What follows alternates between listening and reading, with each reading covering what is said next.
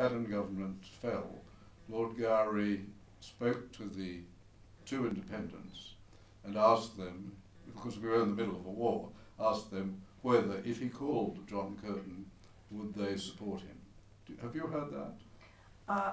It's not one I read recently, but it sounds plausible. And in those circumstances would be completely appropriate because, first of all, this is a mid-term crisis. It's not something that's happened immediately after the earlier election, so it would fall into the normal category where you would consider stability. And second, the war issue was obviously extremely significant, and the disruption of holding an election in the middle of a war is something that governors and governors-general do need to take into account.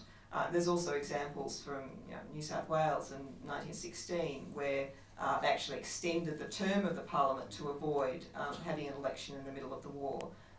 So that sort of approach in those circumstances would be completely appropriate. The difficulty is when it happens immediately after an election has been held in the formation of a minority government. If you have no other choice in terms of a person to appoint as Prime Minister, then it's inappropriate to be requiring guarantees of confidence, because if you don't get those guarantees of confidence, what do you do then?